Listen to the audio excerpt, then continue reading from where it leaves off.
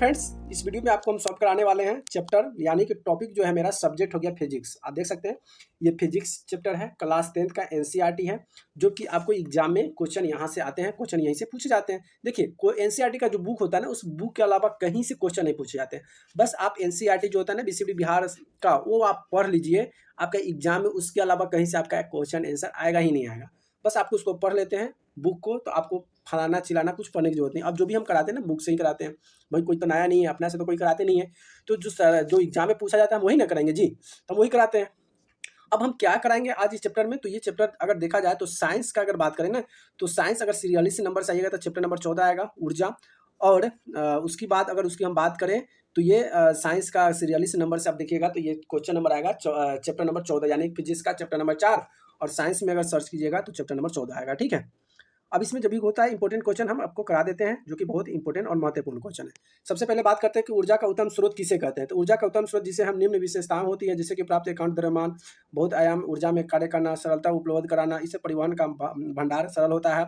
यह हानिकारक अवशेष उत्पन्न करता है, अर्थात पर्यावरण को दृष्टि से इसका उपयोग होता है और इसकी कीमत या लागत मूल्य कम होती है। तो देखिए, ऊर्जा का जो उत्तम स्रोत जो होता है ना, अगर इसकी हम बात करें तो इसका द्रव्यमान और आयतन जो होता है ना, बहुत अधिक मात्रा में कार्य करता है और इसकी सरलता से उपलब्ध भी हो जाता है, परिवहन भंडार में भी सरल होता है, आसान होता है। चलिए, अब क्वेश्चन नंबर प्यारे दूसरा हम बात करते हैं। प्यारे दूसरा नंबर क्वेश्चन क्या कर रहा है कि उत्तम ईंधन किसे कहते हैं। उत्तम ईंधन क्या होता है, किसे आप उत्तम ईंधन कहते हैं। तो देखिए, उत्तम ईंधन वह है जिसका जो कैल्शियम ताप होता है उच्च होता है, अर्थात इसका परिक्रमण अधिकता अधिक होता है, ठीक, और उत्पादन करता है। अगला है कि ज्वलनन ताप सामान्य न बहुत अधिक और न ही बहुत कम होता है, सरलता से उपलब्ध हो जाता है, आसानी से वह मौजूद हो जाता है, हानिकारक तत्वों से संपर्क में नहीं करता या कम करता है, ये करता ही नहीं है, परिवहन और भंडार में वह सरल होता है, यानी कि आसान होता है। अगले प्यारे बच्चों बात करें तो अगला क्या है कि यदि आप अपने भोजन को गर्म करने के लिए किसी भी ऊर्जा स्रोत का उपयोग करते हैं तो आप किसका उपयोग करेंगे और क्यों करेंगे। देखिए, जब हम बायोगैस का उपयोग करेंगे तो इसका कारण निम्न है। बायोगैस का हम उपयोग तो करेंगे, लेकिन क्यों करेंगे, इसका निम्न कारण है। क्या क्या कारण है, चलिए आपको हम बताते हैं। पहली अगर बात करें तो यह कम ऊर्जा में जलाने से अधिक ऊर्जा उत्पन्न करती है। अभी इसको हम कम मात्रा में जलाने से जलाएंगे कम, लेकिन ऊर्जा क्या होगा, ज़्यादा उत्पन्न होगा, ज़्यादा हमको फायदा होगा। स्वस्थ ईंधन अर्थात धुआं नहीं उत्पन्न करती है। और जो मान लें कि जो ईंधन जो होता है ना, ऊर्जा, जैसे कि मान लेते हैं कि गैस सिलेंडर हो गया, तो इसमें तो धुआं निकलता नहीं है जलाने पर, ठीक है, और लकड़ी जलाने पर धुआं निकलता है, कोयला पर जलाने पर धुआं निकलता है, जो कि हमारे सेहत के लिए, वातावरण के लिए हानिकारक होता है, लेकिन इससे कोई धुआं नहीं निकलता है। तो ये फायदा हो गया। नवीकरणीय स्रोत है और अनवीकरणीय स्रोत के संरक्षण भी करती है, और यह पर्यावरण का स्वच्छता करने की सहायता, क्योंकि यह पादप जंतुओं की आवश्यकता का इसका निर्माण होता है और इसका उपयोग सुरक्षित भी होता है, ठीक, इसलिए हम इसका प्रयोग करेंगे। अगला हम बात करते हैं कि जीवाश्मी ईंधन की क्या हानियाँ होती है। जीवाश्मी जो ईंधन होती है इसका क्या क्या हानि है। तो देखिए, जीवाश्म हानि की अगर बात करें तो जीवाश्म ईंधन जैसे कोयले में सल्फर नाइट्रोज होता है, जो जलने के उपरांत अम्लीय ऑक्साइड उत्पन्न करता है, जो वायु प्रदूषण तथा अम्लीय वर्षा में हानिकारक होता है। जैसे कि वायु प्रदूषण को तो हानि करता ही है, अम्लीय वर्षा भी उत्पन्न कराती है। उसके बाद अम्लीय वर्षा को समुद्र जल स्रोत होता है, प्रदूषण करने के लिए भावनाओं को क्षति पहुंचाती है। अगला बात करते हैं कार्बन डाइऑक्साइड ग्लोबल वार्मिंग उत्पन्न करती है। जीवाश्म ईंधन पर्याप्त तथा अनवीकरणीय संसाधन जिनके निर्माण में भी करोड़ वर्षों का समय लग जाता है। अब मान लेते हैं कोई जो अनवीकरणीय जो संसाधन है ना, अनवीकरणीय संसाधन, उसको करोड़ों समय, लाखों समय उसको लग जाएगा फिर से बनने के लिए, कोयला पेट्रोल बनने के लिए, जब तक वो जलेगा नहीं, गलेगा नहीं, मिट्टी के अंदर दबेगा नहीं, तो फिर वो कैसे बनेगा। तो उसके लिए लाखों करोड़ों साल लग सकते हैं, ठीक। अगला क्वेश्चन प्यारे बच्चों हम बात करें, क्या कहता है अगला क्वेश्चन कि हम ऊर्जा को वैकल्पिक स्रोतों को स्रोत और क्यों ध्यान दे रहे हैं। देखिए, हम ऊर्जा को वैकल्पिक स्रोत को ध्यान दे रहे हैं और असामान्य नवीकरणीय है, क्योंकि इसका कारण है कि औद्योगिक और तकनीकी उत्पन्न के साथ मानव की जीवन शैली भी आधुनिक मशीन पर अधिक निर्भर हो गई। अब जैसे कि हम बात करें ना, तो आजकल जो मनुष्य जो है ना, बहुत मशीन पर निर्भर हो गया। मशीन, अब कहिएगा सर मशीन, जी बिल्कुल, हर चीज़ मशीनों पर निर्भर है। लोग अपना हाथ चलाना नहीं चाहते हैं, हाथ से काम करना नहीं चाहते हैं, पैर चलाना नहीं चाहते हैं। लोग चाहते हैं कि हम सूते सूते बैठे बैठे हमको क्या मिल जाए, खाना मिल जाए, हर चीज़। तो भाई, जब आप मशीन पर निर्भर रहेंगे तो आपको हर तरह का बीमारी होगा, और ये आप जान लीजिए। पहले के लोग 100 प्लस वर्ष जीते थे। क्यों जीते थे कि उस समय ना खाद था, ना मोटर था, ना मोबाइल था, ना विद्युत था, ना दूध, कुछ भी नहीं था। लोग सब प्राकृतिक से जुड़े हुए थे, मिट्टी से जुड़े हुए थे, मिट्टी में रहते थे, मिट्टी पर चलते थे, और हर तरह का जो बात होता है मिट्टी से ही जुड़ा हुआ रहता था। तो आदमी प्रकृति से जब जुड़े हुए रहता है तो उस आदमी हेल्दी और स्वस्थ रहता है। अब देख लीजिए, अब क्या हम लोग खाद का खा रहे हैं, potash, urea, magnesium, carbon dioxide, क्या क्या जो होता है ना रासायनिक खाद, उस पर खा रहे हैं, लेकिन जैविक खाद का प्रयोग नहीं कर रहे हैं। तो हम लोग क्या कर रहे हैं, रासायनिक खाद का प्रयोग करेंगे तो भाई हमारा शरीर तो कमज़ोर होगा ही, हड्डी कमज़ोर होगा ही, तो ज़्यादा दिन कैसे जिएगा, ज़्यादा दिन तो जिएगा नहीं। दूसरी बात, अगर हम मशीन की बात करें तो जैसे कि आजकल मोबाइल पे ज़्यादा जुड़े हुए रहते हैं। अगर बगल में, अगर एक घर से दूसरे घर अगर हम किसी को सामान पहुँचाना है, जाना है ना, तो हम लोग मोबाइले से भेज देते हैं कि आ जाइए, लेकिन हम पैदल जाते नहीं हैं। तो जब हम पैदल एक दूसरे के घर जाते हैं, आते-जाते रहते हैं, एक तरह का रिश्ता बना हुआ रहता है, लेकिन ये भी धीरे-धीरे टूट गया। पहले था शादी कार्ड मोबाइल से भेजा थी, घर पे जाकर कार्ड दिया जाता था, अब फ़ोन पे दिया जाता है। तो फ़ोन पे देने से और जाकर आने से क्या होता है, अगर हम किसी को कार्ड देने जाते हैं तो वहाँ पे आपका रिश्ता बनता है, बात विचार होती है, लगाव होता है, प्रेम भाव होता है। लेकिन मोबाइल पर फ़ोटो खींच के भेज दिए ना, प्रेम मोहब्बत कुछ नहीं, सिर्फ़ हाँ कार्ड भेज दिए, आ जाना है, बस आ जाना है। तो ये सब डिजिटली है, ज़रूरी है, लेकिन इतना दूर भी तो हो गया, इसको भी समझ लेना है। और उसके बाद कहता है कि जिससे ऊर्जा खपत को बढ़ी है, जीवाश्म ईंधन के प्रकृति समित भंडार है और इसके निर्माण के वाला समय बहुत अधिक होने के कारण अनवीकरणीय समाप्त हो जाता है, जिससे संसाधन के संरक्षण के हेतु ऊर्जा विकल्प आवश्यकता हो गया है। चलिए प्यारे बच्चों, अगर बात करें अगला, तो अगला क्वेश्चन प्यारे बच्चों क्या कहा कि हमारी सुविधा के पवने और पारंपरिक उद्योग के लिए किस प्रकार सुधार किए गए हैं। तो देखिए, पवन ऊर्जा का उपयोग प्राचीन काल में पवन चक्कियों द्वारा यांत्रिक कारणों से होता रहा है। जो पवन चक्की देखते होइएगा, जहाँ जहाँ पे पेड़ पौधे नहीं होते ना, तो वहाँ पे बड़े बड़े चक्का लगाया जाता है और उसे हवा देने के लिए उसे घुमाया जाता है, यानी कि पंखा बोलते हैं। अब इसका प्रयोग विद्युत उत्पादन के लिए किया जाने लगा है, क्योंकि इस पवन चक्की के विद्युत उत्पादन बहुत ही कम होता है। इसीलिए यह पवन चक्कियाँ युग्म पवन ऊर्जा फार्मर निर्माण करने में बड़े स्तर पर उद्युक्त उत्पादन किया जा रहा है। जल स्रोत को बाढ़ आदि से प्राचीन काल से ही जल धन की बहुत क्षति होती है और बाढ़ को रोकने के लिए जल स्रोतों पर भी बांध का निर्माण किया जाता है। अगला हम बात करें तो यहीं पे क्या बोला कि जहाँ जल की स्थिति ऊर्जा को ऊंचाई को गिराकर विद्युत ऊर्जा में रूपांतरित कर दिया जाता है। जैसे कि जल जो होता है ना, जल को ऊंचे स्थान से गिराया जाता है, वो स्थित ऊर्जा को, यानी कि जो जल जमा हुआ होता है उसको रोक दिया जाता है और उसको ऊंचाई ऊर्जा की ऊंचाई से गिराकर, यानी कि जो ऊपर से गिरता है और उसको विद्युत ऊर्जा में बदल दिया जाता है, ठीक है, जिससे बिजली उत्पन्न होता है। अगला प्यारे बात करें कि सौर कुकर के लिए कौन सा दर्पण अवतल दर्पण के लिए समतल और सर्वाधिक उपयुक्त होता है और क्यों। जैसे सौर कुकर जो होता है ना, खाना बनाने वाला, तो सबसे अच्छा क्यों होता है और कौन सा होता है। तो सौर कुकर के लिए सर्वाधिक उपयुक्त अवतल दर्पण होता है, क्योंकि यह अभिसारी दर्पण है। यह सूर्य के अधिकतर से अधिक कारणों से ठोकर उस ताज पर उत्पन्न हो जाता है। तो सूर्य जो होता है ना, सूर्य की जब गर्मी पड़ता है तो वो कुकर होता है, जल्दी वह हीट हो जाता है, गर्म हो जाता है और खाना अच्छे से पक जाता है। इसलिए सौर कुकर के लिए सौर दर्पण अवतल दर्पण की सरलता सर्वाधिक उपयुक्त होती है। अब बात करते हैं प्यारे बच्चों की महासागरों में प्राप्त होने वाली ऊर्जा का क्या सीमा है। तो महासागरीय ऊर्जा की सीमाएं बात करती है ऐसी स्थान स्थितियां जहां ज्वारी ऊर्जा यानी कि टेडल से एनर्जी प्राप्त करने के लिए बांध बनाए जाते हैं। तरंग ऊर्जा यानी कि वेव एनर्जी केवल तभी प्राप्त की जा सकती है जब तरंगें बहुत प्रबल हो, यानी कि तेज हो। प्यारे बच्चों, अगर अगला बात करें तो क्या है कि महासागरीय तापीय ऊर्जा रूपांतरिक विद्युत और OTEC की केवल तभी प्रचलित होती है जब जल तथा 2 किलोमीटर की गहराई तक जल के ताप में 20 डिग्री सेल्सियस का अंतर होता है। अगले प्यारे बच्चों, बात करें कि महासागर के किनारे बनाए गए विद्युत संयंत्र को लागत व रखरखाव का खर्च काफ़ी अधिक है। इसकी तुलना में दक्षता कम और साथ ही संरक्षण आदि की संभावना अधिक रहती है। अब अगला प्यारे बच्चों बात करते हैं कि भूतापीय ऊर्जा क्या होती है। भूतापीय जो ऊर्जा है ये क्या होती है, इससे आप क्या समझ में आता है भूतापीय ऊर्जा से, ठीक है। तो प्यारे बच्चों, अगर इसकी बात करें तो भूपटल में उपस्थित तत्व और स्थलों की भूपतीय ऊर्जा प्राप्त होती है। तत्व स्थिर संपर्क में आने वाले भूपतीय जल का भाप परिवर्तन हो जाता है। जो भूतापीय जो होता है ना, वहाँ से जो भाप निकलता है, भाप क्या होता है, जल में परिवर्तन हो जाता है। भाप वो पानी में मिल जाता है। जब यह भाप चट्टान में फंस जाती है तो इसमें दाब बढ़ जाता है, जिससे पाइप द्वारा निकाली जाती है और उच्च दाब का निकली भाप को शक्ति के विद्युत यंत्र और टरबाइन के धुआं कर विद्युत उत्पादन कर दिया जाता है, जिससे भूतापीय ऊर्जा कहलाती है। अगला प्यारे बच्चों बात करते हैं नाभिकीय ऊर्जा का क्या महत्व है। नाभिकीय जो ऊर्जा होता है इसकी महत्व क्या है। तो नाभिकीय ऊर्जा द्वारा उत्पन्न ऊर्जा का बहुत मात्रा अधिक होती है और नाभिकीय यूरेनस के परमाणु विखंडन में जो ऊर्जा मुक्त होती है उसे कोयले के किसी एक कार्बन परमाणु को दहन की ऊर्जा की तुलना में 1 करोड़ गुना अधिक होती है। इस प्रकार यदि नाभिकीय संयंत्र की सुरक्षा अधिक चलाया जाए तो संसार की ऊर्जा आवश्यक बड़े कामों की आपूर्ति और इसकी ऊर्जा द्वारा की जा सकती है। चलिए प्यारे बच्चों, अगर क्वेश्चन नंबर अगला देखते हैं, क्या कहता है कि क्या कोई ऊर्जा स्रोत प्रदूषण मुक्त हो सकता है और अथवा क्यों नहीं।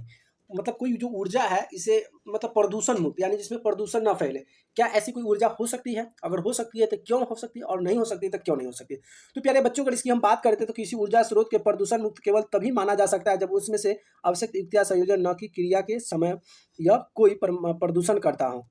तो प्यारे बच्चों अगर इसकी बात करते हैं तो परंतु किसी भी ऊर्जा स्रोत का पुनः ऐसा होना असंभव है। उदाहरण और सेल में ऊर्जा पूर्णतः प्रदूषण मुक्त है, परंतु सौर सेल संयुक्त के निर्माण के लिए किसी न किसी स्तर के प्रदूषण आवश्यक होती रहती है।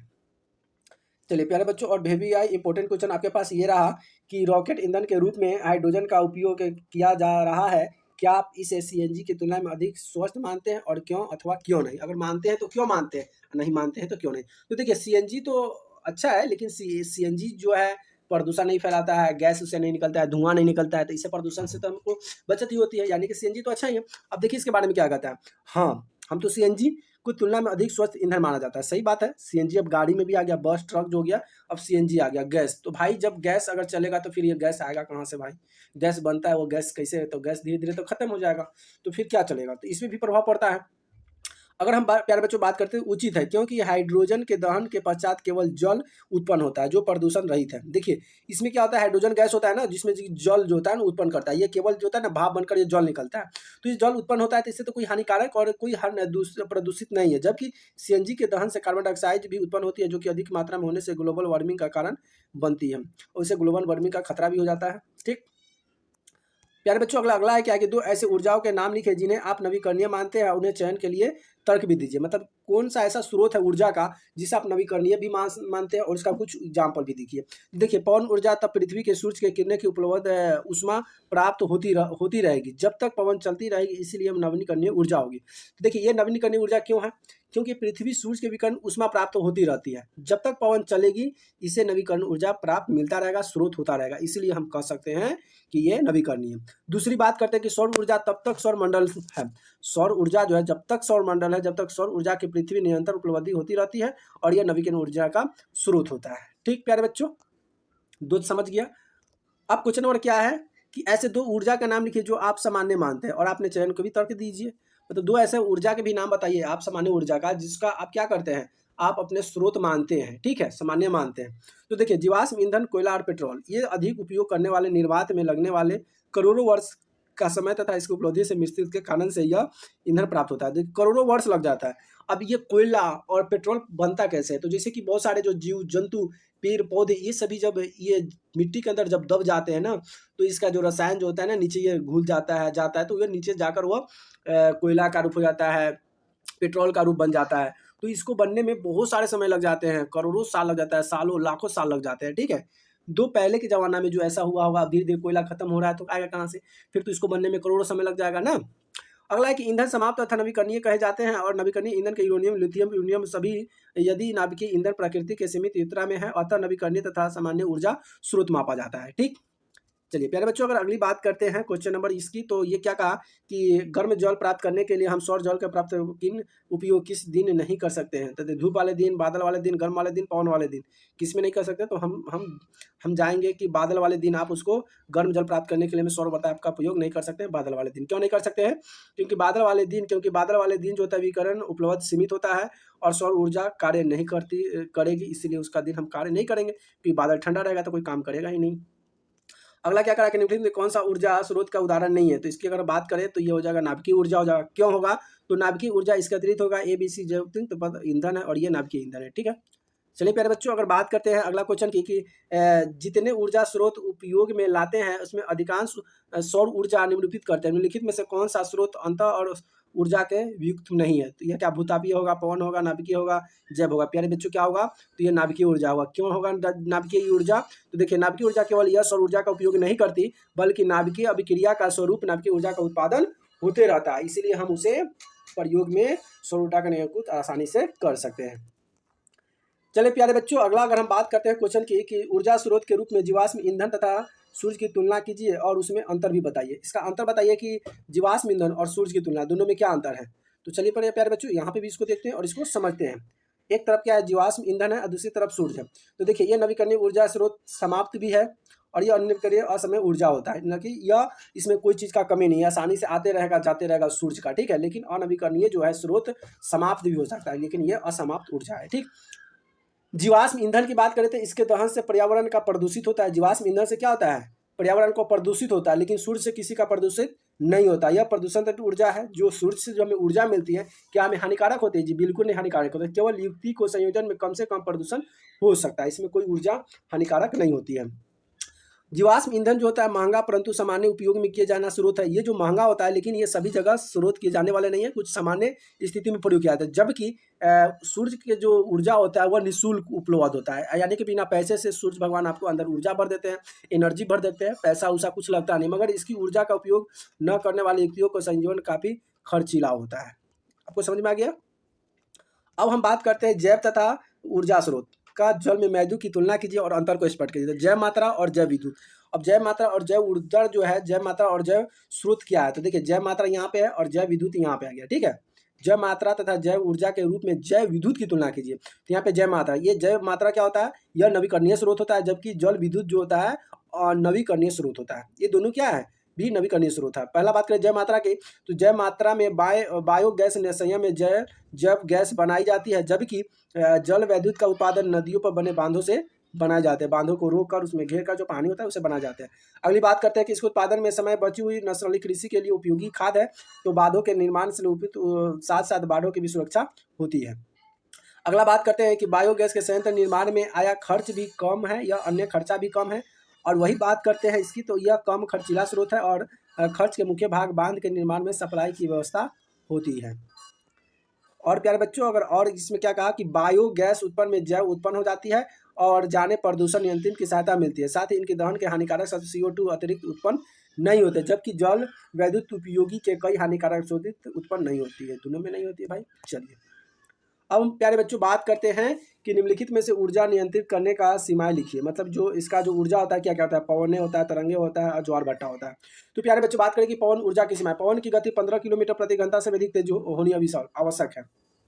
पवन ऊर्जा की जो हवा की जो गति होती है ना 15 किलोमीटर घंटा, यानी कि 1 घंटा में 15 किलोमीटर वो हवा जाए, इतनी रफ्तार होनी चाहिए, ठीक है, होनी चाहिए। एक विशाल भूखंड, क्या है? एक विशाल भूखंड पर ही पवन फर्म स्थापित किया जाना चाहिए। और जैसे 1 मेगावाट के जनित लगभग 2 हेक्टेयर की भूमि चाहिए। जो आप कभी कभी जहाँ पे पेड़ पौधे, जैसे कि राजस्थान में चले जाइए तो वहाँ पे पेड़ पौधे बहुत कम रहते हैं, बालू वाले क्षेत्र होते हैं, तो वहाँ पे बहुत बड़े लगाए जाते हैं पिलर और उसमें पवन चक्की लगा दिया जाता है और उसको हवा मिलता है, जिसमें उसको बिजली का कनेक्शन आता है जिससे वो चलाया जाता है। तो उससे हवा से क्या होता है कि वहाँ के जो खेती होता है उसको थोड़ा सा नमी मिलता है, हवा मिलता है, ऊर्जा मिलता है। तो उसमें होना चाहिए लेकिन लगभग 2 हेक्टेयर भूमि चाहिए। उच्च स्तर के रख रखाव के लिए फर्म की व्यवस्था, फर्म में खर्च होने वाले लागत मूल्य बहुत अधिक होता है। इससे अच्छा है कि भाई पेड़ पौधे लगा। हम लोग को तो यहाँ भाई पेड़ पौधा काफ़ी है, तो यार जिस जगह पर जिस चीज़ का पेड़ हो ना उस चीज़ का पेड़ लगा दिया करो, फायदा तो होगा ही। उसके बाद आता है तरंग ऊर्जा की सीमाएं। ये तरंग ऊर्जा की सीमाएं क्या होती है? तो तरंग ऊर्जा की बात करें तो तरंग ऊर्जा व्यवहारिक उपयोग के लिए तरंगों का प्रबंध कराना ही अत्यंत आवश्यक होता है। उसके बाद ज्वारीय ऊर्जा का सीमा। ज्वारीय ऊर्जा का दहन करने के लिए सागर की किसी सक्रिय संदर्भ क्षेत्र पर बांध निर्माण करना आवश्यक होता है, मगर ये उपयुक्त स्थान में सीमित है जहाँ बांध का निर्माण किया जा सकता है। ठीक है प्यारे बच्चों। चलिए प्यारे बच्चों, अगला हम बात करते हैं कि ऊर्जा स्रोत के वर्गीकरण और वर्गों को किस आधार पर करेंगे? नवीकरणीय और नवीकरणीय, सामान्य तथा अक्ष तथा ए अदू। तो देखिए अगर इसकी हम बात करें ना तो नवीकरणीय संसाधन को पूर्ण रूप से पश्चात चक्रण करने हो जाती है, जबकि अन्य संसाधन एक बार प्रयोग होने के बाद उनका पुनः चक्रण नहीं होता। फिर भी निर्माण में लगने वाली समय बहुत अधिक होने के लिए कारण इसकी पूर्ति संभव नहीं होती है। अगली बात करते हैं क्वेश्चन दूसरा, इसमें क्या कहा बी नंबर कि वे ऊर्जा स्रोत जिनके उपलब्ध के सीमित होता है, एक दिन में समाप्त हो जाती है और ऐसी संभावना है कि समाप्त स्रोत कहलाते हैं। परंतु ऐसे स्रोत प्रकृति में प्रचुर मात्रा में उपलब्ध होते हैं, कभी समाप्त नहीं होते, ऐसी संभावना अच्छ स्रोत कहलाते हैं। देखिए अच्छे स्रोत की बात करें तो अच्छी संभावना है जो कभी खत्म नहीं होगा, ठीक है, वह निरंतर हमको प्रकृति से मिलते रहता है, तो वह कभी खत्म ही नहीं होगा, तो क्या कहलाएगा? अच्छे स्रोत कहलाते हैं। अगर दोनों की अगर बात करें और वेग विकल्प की अगर बात करें तो दोनों क्या है? समान है, अर्थात नवीकरणीय स्रोत अच्छाएं हैं, इसी प्रकार अन्य स्रोत भी समप्य है। मतलब ठीक है, और नवीकरणीय समाप्त हो सकता है लेकिन नवीकरणीय समाप्त नहीं हो सकता है, वह हमेशा मिलते रहता है। अगली प्यारे बच्चों बात करें कि ऊर्जा के आदर्श स्रोत में क्या गुण होते हैं। ऊर्जा के जो आदर्श स्रोत होते हैं उसमें क्या क्या गुण पाए जाते हैं प्यारे बच्चों? तो गुण की बात करें तो गुण की बात यहाँ से आप देख सकते हैं क्या क्या गुण कहा कि ऊर्जा के आदर्श गुण हो सकते हैं। क्या हो सकते हैं? उच्च कैलोरी का मान हो सकता है, सफलता की उपलब्धि होगा, सरलता परिवहन का भंडार होता है, कम मूल्य होगा, पर्यावरण के प्रति सुंदरता होगी और नवीकरणीय और हानिकारक शोषण की अनुपस्थिति होगा। ये भी सभी जो आपको इसमें दिखाई देगा। उसके बाद प्यारे बच्चों अगला हम बात करते हैं सौर कुकर के उपयोग के लाभ और हानि, इसके क्षेत्र में सौर कुकर समिति उपयोगिता है। इसके पहले भी सौर कुकर का क्वेश्चन आया और इसमें भी क्वेश्चन आया। देखिए क्वेश्चन दोनों में थोड़ा सा डिफरेंट है। इसमें पूछा कि इसका क्या क्या लाभ और हानि होगा, और ये ऐसे क्षेत्र क्या ऐसे क्षेत्र में जहाँ सौर कुकरों को उपलब्धि उपयोगिता है, कैसे क्षेत्र में ये इस्तेमाल होता है। तो प्यारे बच्चों, बात करें तो सौर कुकर के उपयोग के लाभ। पहला बात करें तो ईंधन के लागत मूल्य कोई नहीं है, और सौर कुकर में कोई ईंधन की जरूरत उतना नहीं पड़ता। यह पाक कला के प्रदूषित रहित विधि है, और इसमें कोई जलने पर कोई नुकसान भी नहीं होता है अंदर में, ठीक है। अगला बात करते हैं, यह विधि भोजन के पोषण तत्वों को सुरक्षित रखता है। यह भोजन जो पकता है वह अंदर में रहता है, बंद रहता है, तो उसे भोजन पकने में कोई चीज़ की प्रॉब्लम नहीं होती है, तो वह सुरक्षित रखता है। एक समय पर कई खास पदार्थ को पकाना संभव होता है। अब एक ही में उस बार में किसी तरह का जो सौर कुकर में कोई भी प्रकार का जो होता है सामग्री एक बार में इसको 1-2 आइटम बना सकते हैं। सौर कुकर के उपयोगों की हानि। अब इसका हानि भी देख लीजिए क्या होता है। अब हानि क्या है कि भोजन को पकाने में अधिक समय लगाता है। कुकर जो है ना, थोड़ा सा समय लगाता है लेकिन खाना अच्छा बनाता है, तो कुकर को अधिक समय लगाता है। बादल वाले दिन कुकर गर्म नहीं करता, इसलिए तेज धूप का होना आवश्यक है। कुकर जो खाना पकाएगा, लेकिन कुकर क्या करेगा, जब बहुत बादल लगा होगा, अंधेरा छाया रहेगा, तो वो कुकर खाना जल्दी नहीं पकाएगा। वह उसके पकाने के लिए तेज धूप होना चाहिए। कुछ खाद्य पदार्थ जैसे कि रोटी आदि इसके द्वारा पकाया असंभव है। इसके द्वारा आप रोटी आप उस कुकर में नहीं पका सकते, कुकर में खाना पका सकते हैं, यानी कि आप दाल पका सकते हैं, सब्जी पका सकते हैं, ठीक। उसके बाद है सौर कुकर का प्रयोग केवल उन स्थानों पर समय जहां तेज धूप निकलता हो, और सौर कुकर वहीं पे असंभव है जहां पे खूब तेज धूप निकलता है, वहां पे सौर कुकर का उपयोग बहुत आसानी से और जल्दी होता है। अब बात करते हैं कि ऊर्जा की बढ़ती मांग के लिए पर्यावरण परिणाम क्या है और इसे खपत करने में उपाय को लिखिए। तो देखिए, ऊर्जा की बढ़ती मांग का पर्यावरण पर विभिन्न प्रभाव हो रहा है। इनके प्रकार है, पहला है कि प्राकृतिक संसाधन अधिक मात्रा में दोहन की कई प्रक्रिया को चक्र में सावधान आ जा रही है। अधिक मात्रा में ऊर्जा के स्रोत को उपयोग करना। अफसोस द्वारा प्राकृतिक संसाधन जैसे कि वायु, जल, मृदा आदि प्रदूषित होते रहते हैं। जैसे कि अब हवा क्या है, प्रदूषित हो रहा है, तो जब प्रदूषित होगा तो भाई हम लोग को हानिकारक तो पहुंचाएगा ही। उसके बाद है क्या है कि ग्रीन हाउस की बढ़ती मात्रा में ग्लोबल वार्मिंग का उत्पन्न होना। ग्रीन हाउस जो गैस होता है, इससे ग्लोबल वार्मिंग का खतरा होता है। पवन फर्म बांध, नाभिकीय संयंत्र भूमि की तैयार करने के लिए वनों की खेतों में नष्ट करना पड़ता है। इससे प्रदूषण विभिन्न कठिनाई में होती है। साथ ही लोगों के रोजगार और अन्य जीवों के आवास को भी नष्ट होता है, जिससे प्राकृतिक संतुलन बिगड़ जाता है। अब आते हैं ऊर्जा के खपत कम करने के लिए निम्न उपाय, यानी कि कोई भी ऊर्जा है उसको खपत को कम करने के लिए क्या करना चाहिए। तो व्यक्तिगत वाहनों को कम उपयोग करना चाहिए। बस आदि अधिक उपयोग करता है। ऊर्जा के वैकल्पिक स्रोत को जैसे कि प्रयोग करें। भोजन पकाने के लिए प्रेस कुकर आदि जैसे युक्तियों का प्रयोग करिए। उसके बाद है घरों में सभी व्यक्ति निश्चित समय पर साथ बैठकर भोजन करें। एक साथ सभी व्यक्ति बैठकर भोजन करने से भी समय का बचत होता है, खाना की बचत होती है, एक दूसरे से प्यार बढ़ता है, इसलिए एक साथ करना चाहिए। कम दूरी पर जाने के लिए पैदल जाना, साइकिल आदि का प्रयोग कम करें। इसे ईंधन वाले वाहनों का उपयोग कम करें। जैसे किसी को आजकल क्या होता है कि अगर 1 किलोमीटर की दूरी जाना होगा तो गाड़ी से जाएगा, अगर पड़ोस के घर में जाना होगा ना 10 कदम आगे तो बाइक से चला जाएगा भाई। तो ऐसे ऐसे जगह पे ना पैदल जाया करो, ईंधन का बचत, आपके स्वास्थ्य भी बना रहेगा। अच्छी दस्ता वाली युक्तियों के कठोर और कालविटों के ईंधन का उपयोग करना है, जिससे आपके शारीरिक अवस्था सब संतुष्ट रह सकती है। तो प्यारे बच्चों, आज जो भी इतना मेहनत के बाद आपका ये वीडियो थोड़ा सा बनकर हुआ तैयार, और आपको मैंने कराया सभी VVI क्वेश्चन। तो आप बताओ कि हमको ये वीडियो आपको कैसा लगा। अगर वीडियो अच्छे लगे तो वीडियो क्लास जब अच्छा लगा तो वीडियो को एक बार लाइक कर दो, दबाकर शेयर कर दो अपने फ्रेंडों के साथ, और चैनल को सब्सक्राइब नहीं किया तो चैनल को सब्सक्राइब करना मत भूलें। फिर मिलते हैं अगले वीडियो में नए वीडियो के साथ, तब तक के लिए बाय बाय, लव यू।